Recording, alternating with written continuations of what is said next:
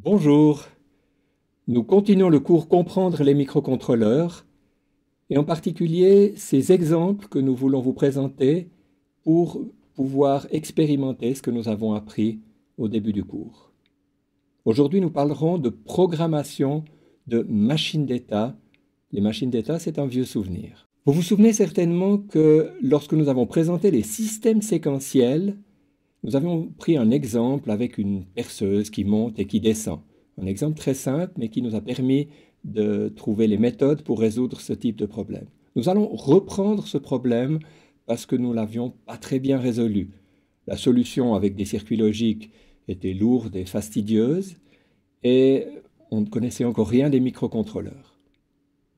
Nous allons donc essayer de trouver un algorithme pour résoudre ce problème, et ensuite nous allons chercher une autre solution en exploitant particulièrement la variable d'état. Alors, vous vous souvenez certainement du problème que nous avions tenté de répondre. Donc, une perceuse avec le moteur qui actionne la mèche, les pièces ici à percer, et finalement un moteur ici qui entraîne un axe et qui va faire bouger dans un sens et dans l'autre cette perceuse. Vous vous souvenez qu'on avait placé également les interrupteurs de fin de course en bas et en haut, et qu'il y avait également un bouton Start qui permettait à l'ouvrier de démarrer le cycle.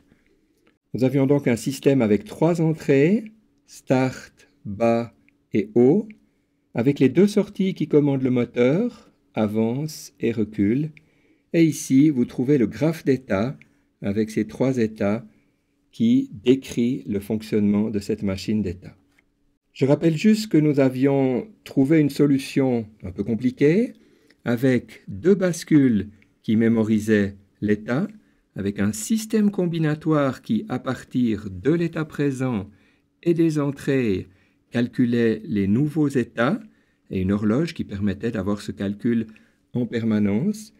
Et nous avions tenté d'écrire un programme, je pense que vous n'aviez pas compris grand-chose puisque nous n'avions pas encore appris tout cela. Ce programme, maintenant vous êtes capable de le lire. Il a été écrit d'une manière un petit peu brute. Ici, la lecture des valeurs, ici le calcul du système combinatoire, ici la mémorisation des valeurs et finalement les sorties. C'est un programme qui en plus n'est pas bien écrit, donc on va rapidement passer à la suite et essayer de trouver quelque chose de beaucoup plus lisible, de beaucoup plus clair.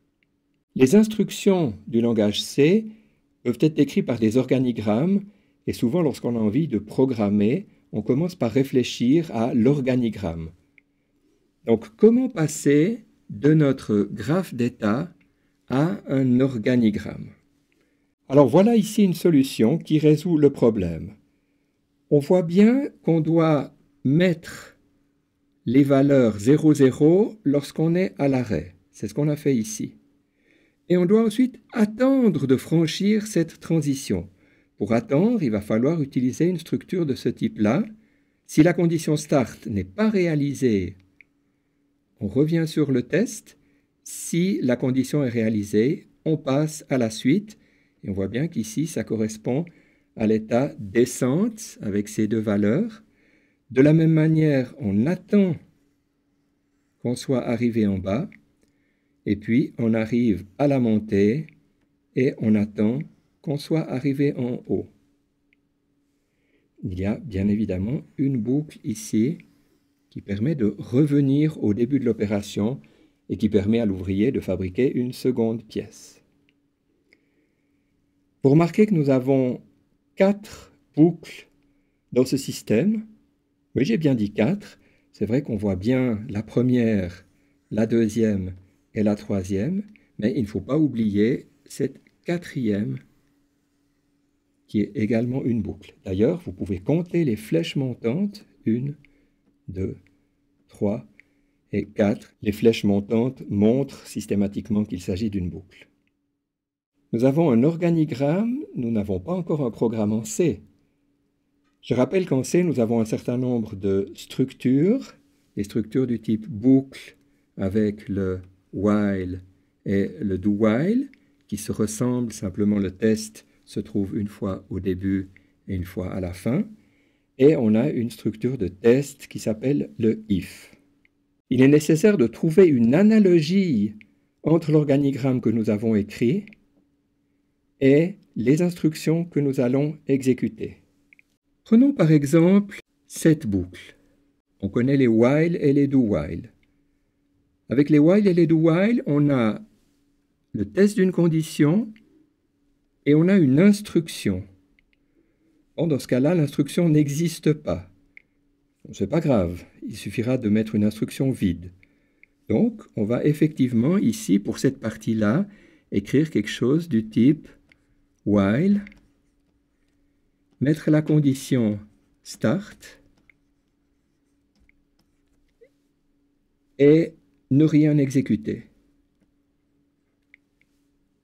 C'est vraiment juste ce que j'ai fait? Non, c'est faux. Parce que ici, la condition start doit ne pas être vérifiée pour boucler. C'est donc indispensable ici de dire tant que on n'a pas le start, alors on doit reprendre, continuer la boucle. La suite du programme est similaire et il ne faudra évidemment pas oublier de mettre un while 1 pour cette boucle qui, elle, n'a pas de condition, n'a pas de test, c'est une boucle permanente. Voilà donc un programme. On y voit les 3 boucles qui correspondent à l'attente pour les transitions et puis évidemment la boucle principale ici, while 1, boucle permanente. Ce que j'ai écrit ici en rose n'est pas tout à fait du C. Dépêchons-nous de corriger ça. Avec ce qu'on vient d'apprendre, on voit qu'on peut écrire d'une manière très semblable. Alors voilà une solution qui maintenant est du C.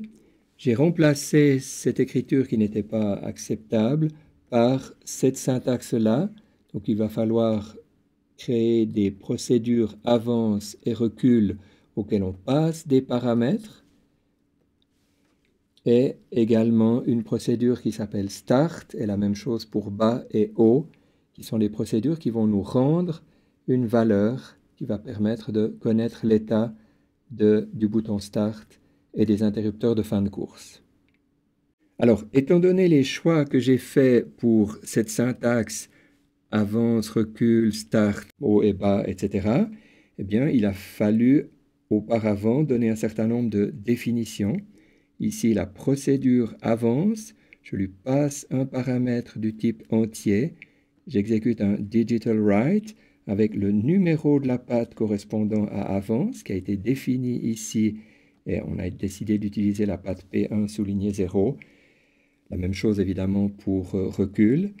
Et puis maintenant pour les entrées, j'ai pris l'exemple de start. Il s'agit aussi d'une procédure mais cette fois qui rend une valeur pour qu'elle puisse être utilisée à l'intérieur de la condition de la boucle et cette procédure rend, c'est donc le paramètre de sortie, une valeur qui est la lecture de la patte start. La patte start a été définie ici, c'est P1 souligné 3.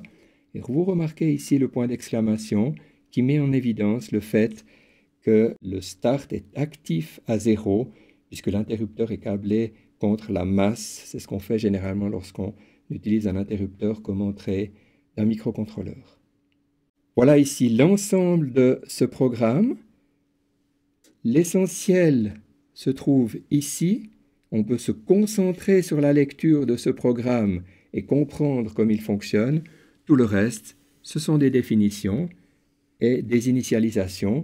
Il faut bien évidemment qu'elles aient été faites correctement pour que le programme marche, mais du point de vue de la logique, on peut se concentrer sur cette partie-là du programme principal. Dans le cas que nous venons de voir, c'était relativement facile de faire l'organigramme qui correspondait à notre graphe d'état. Mais dans beaucoup de cas, c'est extrêmement compliqué. Imaginez un graphe d'état avec 50 états, avec des transitions dans tous les sens. Trouver l'organigramme correspondant, c'est extrêmement compliqué. Et pire que ça, quand vous croyez l'avoir trouvé, êtes-vous vraiment sûr qu'il est correct? On va donc chercher une toute autre méthode qui va nous permettre de réaliser une machine d'état, je dirais presque les yeux fermés. Alors, je reprends mon graphe d'état et cette fois, je vais tenter de passer directement à un programme. Alors, qu'est-ce que je vais faire? je vais essayer de faire une boucle dans laquelle je me pose la question, est-ce que je suis dans l'état arrêt? Est-ce que je suis dans l'état descente? Est-ce que je suis dans l'état montée? Et selon que je suis dans l'un ou l'autre de ces états, je vais alors faire ce qui doit être fait au niveau des sorties et tester ce qui doit être testé au niveau des entrées pour effectuer les transitions. Première chose, je n'ai pas du tout envie d'appeler les états, l'état 0, l'état 1, l'état 2. Je préfère utiliser la symbolique qui nous est proposée par le C avec la fonction enum. Je vous rappelle que une constante a été déclarée, une deuxième constante, une troisième constante, elle s'appelle arrêt, descente et montée. Elles vont prendre des valeurs, probablement la valeur 0, la valeur 1 et la valeur 2, mais ça n'a aucune importance pour celui qui programme. Et alors, ici, j'ai une variable d'état. Cette variable d'état, elle va être initialisée à arrêt au début.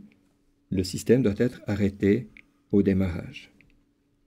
Je trouve ensuite cette boucle infinie. Notez qu'elle est totalement différente de la boucle infinie que nous avions tout à l'heure, parce que cette boucle va s'exécuter à très grande vitesse, puisque il n'y a que quelques if, il n'y a pas d'attente, il n'y a pas de while dans ce programme, dans cette boucle while 1. Alors, je vais ensuite donc regarder si je suis à l'arrêt, il faudra faire un certain nombre de choses, à la descente, il faudra faire un certain nombre de choses, ou encore à la montée. Entrons maintenant un peu plus dans le détail de ce qui se passe, par exemple, pour l'état descente. Je dois évidemment m'occuper des sorties qui prennent les valeurs qui sont notées ici. Et la deuxième chose qui sera à faire, ce sera s'occuper de la transition qui quitte la descente. Les autres transitions ne nous concernent pas, mais cette transition-là, comme elle a sa source dans la descente, elle part de descente, eh bien, je dois m'en occuper. Et ici, il s'agit d'un test. Si on est arrivé en bas, alors on va changer d'état et j'assigne état à la nouvelle valeur montée, qui donc est une constante qui a été déclarée par l'enum qui se trouve ici. Voilà maintenant l'ensemble de notre programme. Remarquez que j'ai utilisé une autre syntaxe que cette succession de if qui était un petit peu lourde. C'était une excellente occasion d'essayer le switch case avec ici les trois états possibles. Vous remarquez que je n'ai pas utilisé le default. Je sais en effet que la variable état ne prendra jamais d'autre valeur que arrêt, descente et montée, puisqu'elle est complètement contrôlée par notre programme. Elle est initialisée à l'arrêt au départ. Elle prend la valeur descente, la valeur montée ou la valeur arrêt dans le cours du programme, donc le default n'est pas nécessaire. Par contre, je mets bien en évidence la nécessité d'utiliser les breaks. Sinon, si j'oubliais ce break, alors j'exécuterais toutes ces instructions, même dans le cas où je me trouve à l'arrêt. C'est une curiosité de cette structure switch et on l'utilise presque toujours avec les breaks qui permettent de sortir de la structure switch. Voilà ici le programme complet qui donc fonctionne avec un Arduino. Ici, je l'ai programmé pour l'Energia, donc avec le MSP 430. Étant donné que j'ai fait le choix d'utiliser le main et de faire moi-même le while 1, je dois rajouter cette instruction mystérieuse dont nous avons déjà parlé et dont simplement il faut se souvenir qu'elle est indispensable dans la plupart des programmes.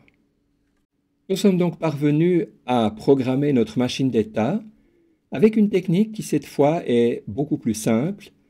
Tout l'effort doit être fait pour dessiner le graphe d'état. Par contre, ensuite, partir du graphe d'état pour écrire le programme, c'est tout à fait simple. Il faut énumérer les états. Il faut faire une structure dans la boucle principale du type switch qui permet de choisir chacun des états.